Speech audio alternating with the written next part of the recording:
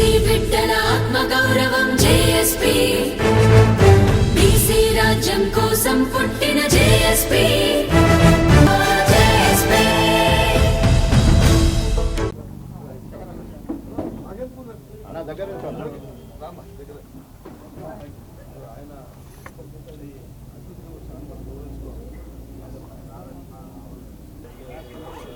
వర్ధిల్లాలి బీసీ కులాల ఐక్యత, వర్ధిల్లాలి బీసీ కులాల ఐక్యత. జై బీసీ, జై బీసీ, బీసీ కులాల ఐక్యత. రాజుల సింహ గారి నాయకత్వం, శంకరన్న గారి నాయకత్వం. జై బీసీ, జై బీసీ, బీసీ కులాల ఐక్యత. ఈరోజు మీడియా సమావేశం యొక్క ప్రధాన ఉద్దేశం ఏంటంటే, ఇటీవల ఆగస్టు 14 అంటే 2 రోజుల క్రితం ఆగస్టు 14, 2026న కేంద్ర ప్రభుత్వం ఒక గెజెట్ నోటిఫికేషన్ విడుదల చేసింది. ఇది గెజెట్ నోటిఫికేషన్. ఈ గెజెట్ నోటిఫికేషన్ భారత ప్రభుత్వం విడుదల చేసినటువంటి గెజెట్ నోటిఫికేషన్.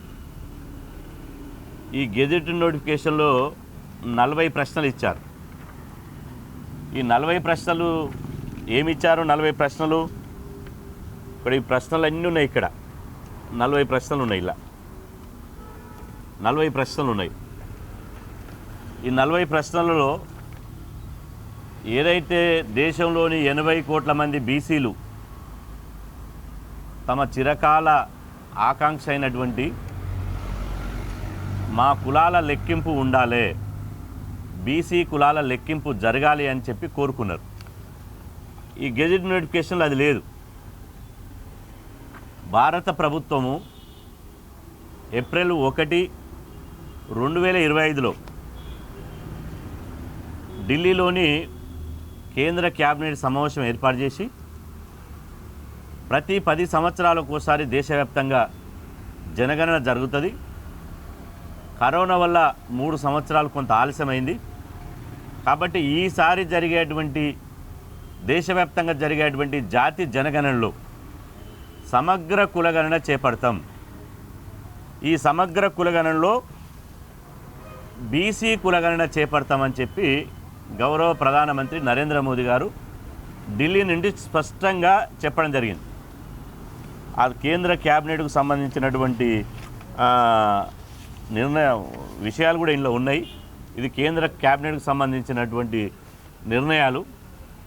దేశవ్యాప్తంగా 11,735 కోట్ల ప్రజాధనంతో 11,735 కోట్ల ప్రజాధనంతో మేము దేశవ్యాప్తంగా జనగణన నిర్వహించబోతున్నాం. అందులో బీసీ కులాల లెక్కింపు చేస్తాము అని చెప్పి మొత్తం క్యాబినెటే తీర్మానం చేసి అనౌన్స్ చేసింది. మేము అనుకున్నాం, నిజంగా భారత ప్రధానమంత్రి గారే ఈ నిర్ణయం తీసుకురు కాబట్టి ఇక ఈ దేశంలో కులగణనను ఎవడు ఆపలేడు, బీసీ కులాల లెక్కింపు జరుగుతుంది.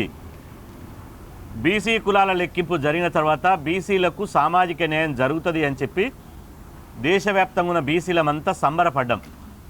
ప్రధానమంత్రి గారికి కూడా మేము ధన్యవాదాలు తెలిపినాం.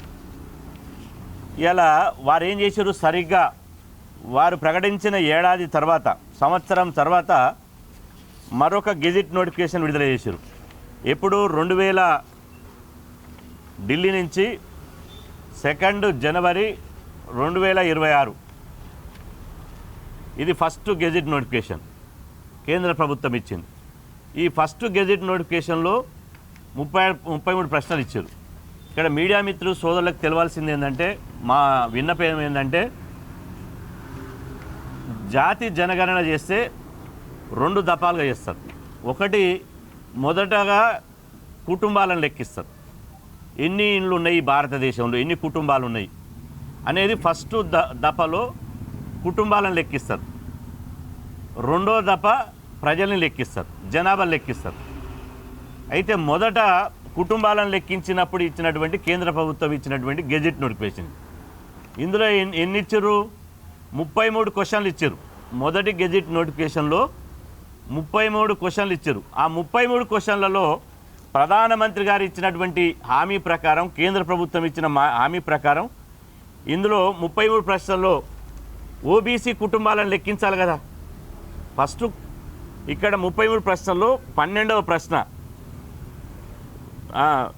Weather the head of the house hold belongs to scheduled caste and scheduled tribe and others. అంటే మీ కుటుంబం ఎస్సీ కుటుంబమా, లేదా మీరు ఎస్టీ కుటుంబమా, లేకపోతే అదర్సా అన్నారు. అంటే ఇక్కడనే ఫస్ట్ గెజెట్ నోటిఫికేషన్లోనే కేంద్రం మోసం చేసింది. ఏమని, మీది ఎస్సీ కుటుంబమా, ఎస్టీ కుటుంబమా, ఆబ్లిక్ 3 అక్షరాలు, మీది ఓబీసీ కుటుంబమా అని ఈ 3 పార్టీల పార్టీ, ఈ మూడు అక్షరాల పార్టీ చెప్తే అయిపోతుండే. ఈ 3 అక్షరాల ఉన్నటువంటి బీజేపీ పార్టీ 3 పేర్లు ఉన్నటువంటి ఓబీసీలను ఫస్ట్ గెజెట్ నోటిఫికేషన్లోనే విస్మరించింది.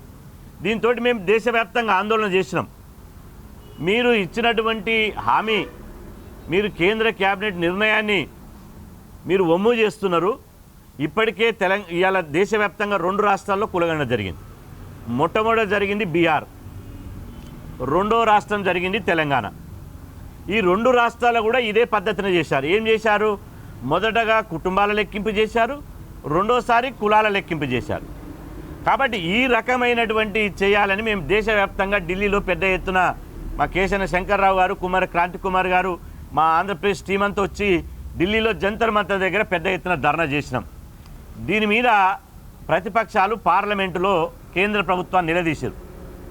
మీరు ఇచ్చిన మాటను నిలుపుకోవడం లేదు, బీజేపీ మొదటి నుంచి బీసీల వ్యతిరేకంగా వ్యవహరిస్తున్నది. అయినా ఒక బీసీ ప్రధానమంత్రి నరేంద్ర మోదీ గారు ఉన్నారు కాబట్టి బీసీలలో విశ్వాసం పెరిగింది, నమ్మకం పెరిగింది, మా ప్రధానమంత్రి మాకు న్యాయం చేస్తాడని. కానీ మళ్ళీ మీరు మొదటికి వచ్చారు, కుటుంబాల లెక్కింపులో బీసీ కుటుంబాల లెక్కింపు ఎందుకు లేదు అని చెప్పి దేశమంతా బీసీ సమాజం అడిగింది, పార్లమెంట్లో ప్రతిపక్షాలు అడిగినాయి. అప్పుడు ప్రభుత్వం వైపు నుంచి చెప్పినటువంటి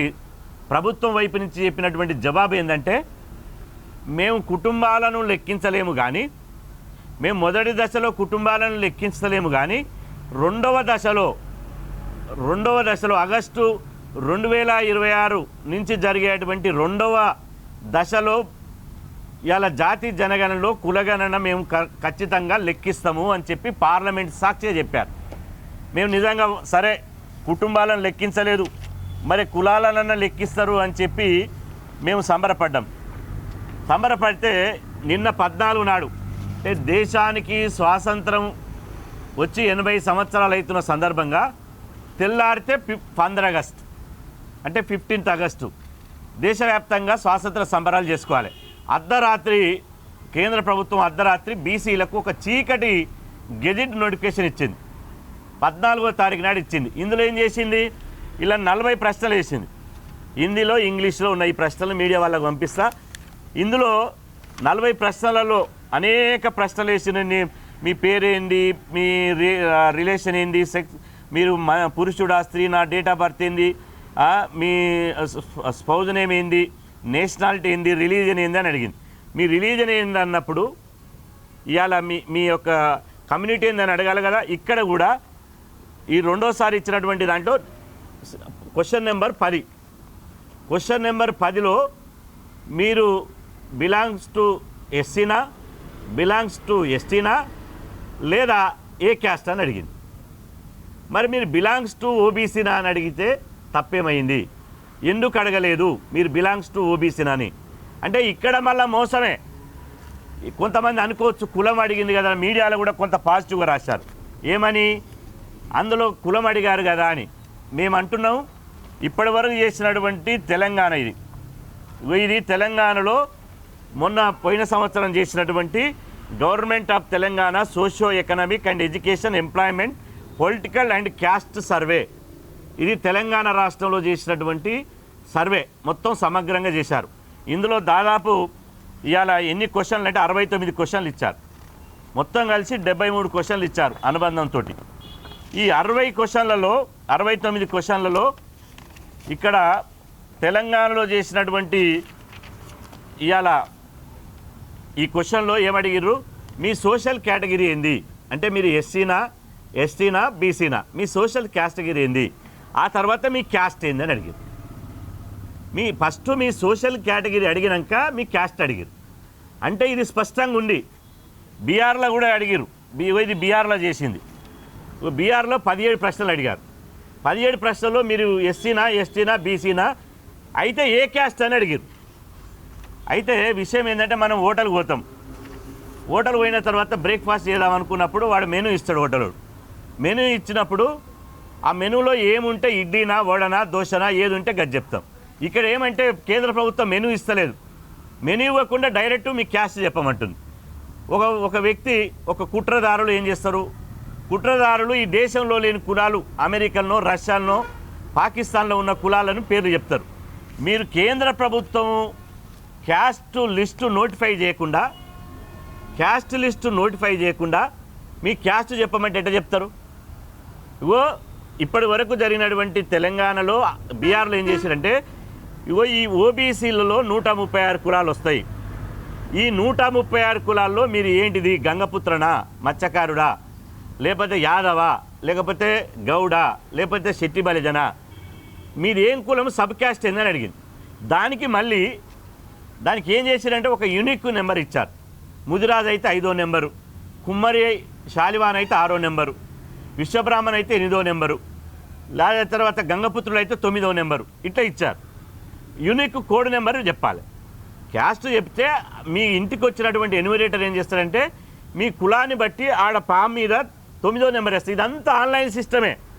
భారతదేశంలో 146 కోట్ల మందిని జనాభాను లెక్కించాలంటే మాన్యువల్ కాదు, ఆన్లైన్లో చేయాలి. మరి ఆన్లైన్లో నువ్వు కులానికి యూనిక్ కోడ్ ఇవ్వనప్పుడు ఇలా ఏ విధంగా చెప్తారు? భారతదేశంలో ఏంటంటే మీకు అందరూ తెలుసు, కొంతమంది ఇంటి పేరే కులం పేరు అనుకుంటారు. ఇప్పుడు కేశన శంకర్రావు ఉంది. కేశన శంకర్రావు గారు గౌడు. ఆయన ఏమనుకుంటారంటే కేశన అంటే కేశనే కులం అనుకొని ఆ వచ్చిన ఎన్యూమరేటర్ కేశన కులం అని రాస్తాడు. ఆ తర్వాత ఇందులో సంచార జాతులు ఉంటారు, గోత్రాలు ఉంటారు. ఆ ఇంటి పేరు కొంతమందికి గోత్రాలు ఉంటాయి. హిందూ సమాజంలో గోత్రాలు ఉంటాయి.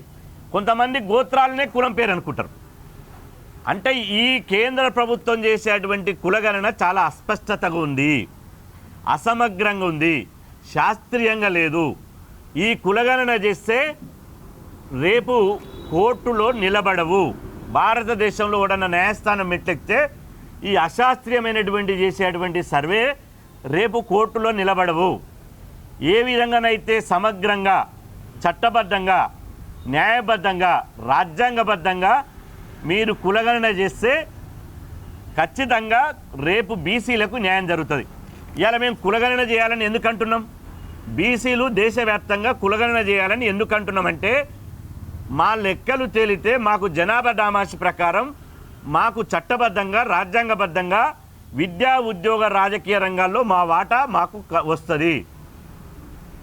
యాచించడం ద్వారా కాకుండా, అడుక్కోవడం ద్వారా కాకుండా ఒక హక్కుగా మాకు రాజ్యాంగబద్ధమైనటువంటి అవకాశాలు దక్కుతాయి. అందుకోసమే కులగణన చేయాలన్నాం. కులగణన చేయడం కోసం మేము దశాబ్దాలుగా పోరాటం చేస్తున్నాం. ఒక్కరోజు, 2 రోజులు, 3 రోజులు కాదు, దశాబ్దాలుగా పోరాటం చేస్తున్నాం. ఇవాళ భారత ప్రధానమంత్రి నరేంద్ర మోదీ గారు మొన్న 12 సంవత్సరాలు ప్రధానమంత్రిగా పదవి బాధ్యతలు చేపట్టి 12 సంవత్సరాలు పూర్తి చేసుకున్నారు. వారికి అభినందనలు తెలుపుతున్నాం. కానీ మీ 12 సంవత్సరాల ప్రధానమంత్రి పదవి ఎవరికి ఉపయోగపడ్డది? మా బీసీలకు కేంద్రంలో ప్రత్యేక మంత్రిత్వ శాఖ పెట్టినవా? లేదే. అదేవిధంగా చట్టసభల్లో 50% రిజర్వేషన్ పెట్టినవా? లేదే. అదేవిధంగా బీసీ రిజర్వేషన్లు జనాభా దామాషి ప్రకారం 27% నుంచి 50% పెంచినవా? లేదే. మొన్న మహిళా బిల్లు పెట్టావు పార్లమెంట్లో. మహిళా బిల్లులో బీసీ మహిళలకు సబ్ కోటా పెట్టినవా? లేదే. కేంద్ర బడ్జెట్లో బీసీలకు జనాభా దామాషి ప్రకారం నిధులు కేటాయించినవా? లేదే. మరి ఏది చేయనప్పుడు కనీసం ఈ కులాల లెక్కలన్న తీసి, ఇవాళ ఎందుకు ఈ కులాల లెక్కలంటే 1992లో ఇందిరాసాని కేసు వచ్చింది దేశంలో. ఇందిరాసాని కేసులో సుప్రీంకోర్టులో ఇందిరాసాని కేసులో సుప్రీంకోర్టు ఏం చెప్పిందంటే అసలు బీసీలు ఎంత శాతం ఉన్నారు, జనాభా ఎంత ఉంది, వాళ్ళు సామాజికంగా, విద్యా, ఉద్యోగ పరంగా ఎంత వెనుకబడి ఉన్నారు, వాళ్ళ లెక్కలు సమగ్రంగా తీయండి. ఆ లెక్కలు తీసిన తర్వాత ఆ లెక్కలు తీసిన క్రైటీరియా ప్రకారం ఆ వెనుకబాటుతనం, సామాజిక వెనుకబాటుతనం ఆధారంగా వాళ్ళ రిజర్వేషన్లు ఫిక్స్ చేయండి అన్నది చెప్పి ఏం చేసిందంటే ఈ సామాజిక రిజర్వేషన్ దేశంలో ఎస్సీలు, ఎస్టీలు, బీసీలు ఈ సామాజిక రిజర్వేషన్లు 50% దాటొద్దని సుప్రీంకోర్టు లక్ష్మణ రేఖ గీసింది. ఈ లక్ష్మణ రేఖే బీసీలకు ఇలా ఉరితాడైంది. సుప్రీంకోర్టు గీసినటువంటి లక్ష్మణ రేఖ బీసీలకు ఉరితాడైంది. ఆ లక్ష్మణ రేఖ ఎత్తిపోవాలంటే, సామాజిక రిజర్వేషన్ల పరిమితి ఎత్తివేయాలంటే ఒక్కటే ఒక్క పరిష్కారం, ఇలా కులగణన చేయడమే సమస్య పరిష్కారం అవుతుంది. ఆ కులగణన చేస్తామని కేంద్ర ప్రభుత్వం మాట ఇచ్చి ప్రధానమంత్రి ఇప్పుడు మాట తప్పాడు. కేంద్ర ప్రభుత్వం బీసీలను నమ్మించి గొంతుకొస్తుంది, మోసం చేస్తుంది, దగా చేస్తుంది. ఇవాళ ఇంత అన్యాయం చేస్తుంటే మేము ఎందుకు కూరుకుంటాం? ఖచ్చితంగా ఢిల్లీ కోట మీద బిడ్డ ఏమనుకుంటారో ఖబర్దార్.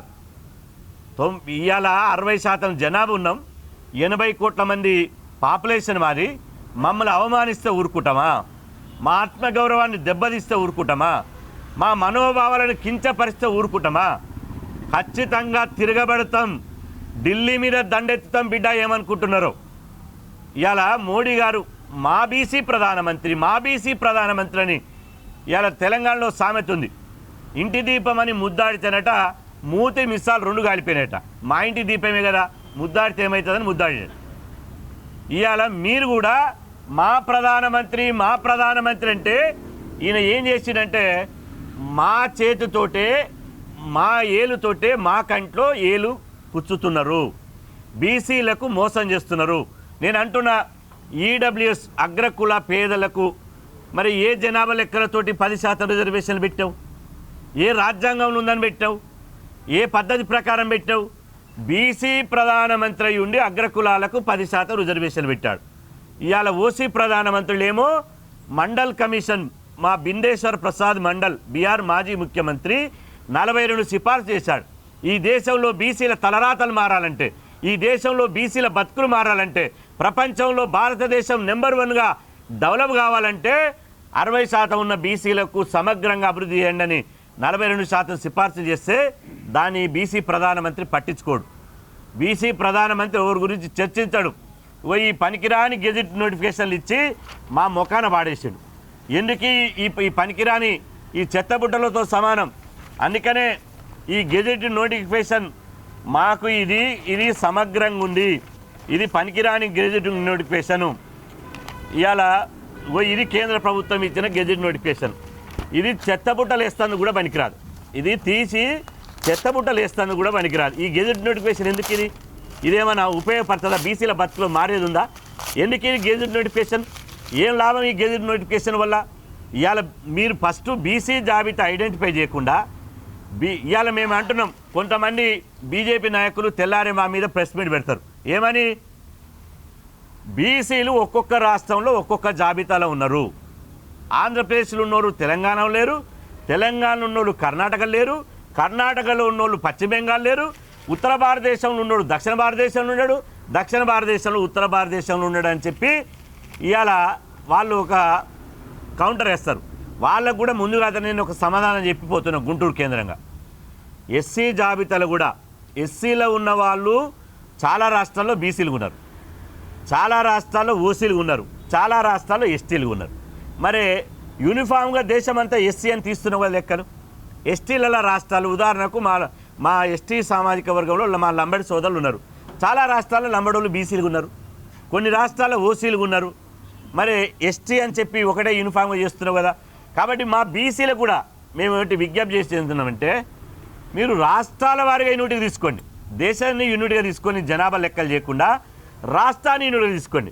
ఆంధ్రప్రదేశ్కి వచ్చినాం అనుకో, ఆంధ్రప్రదేశ్లో 142 కులాలు ఉన్నాయి, అంతే కదన్నా? 142 కులాలని యూనిట్గా తీసుకొని లెక్కలు తీయండి. తెలంగాణ వచ్చే వరకల్లా 136 కులాలు ఉన్నాయి, 136 కులాలను యూనిట్గా తీసుకొని జనాభా లెక్కలు తీయండి. అప్పుడు సమగ్రమైనటువంటి కులాల లెక్కలు వస్తాయి. నిజంగా బీజేపీకి చిత్తశుద్ధి ఉంటే, కేంద్ర ప్రభుత్వానికి చిత్తశుద్ధి ఉంటే ఇవన్నీ సాధ్యమే.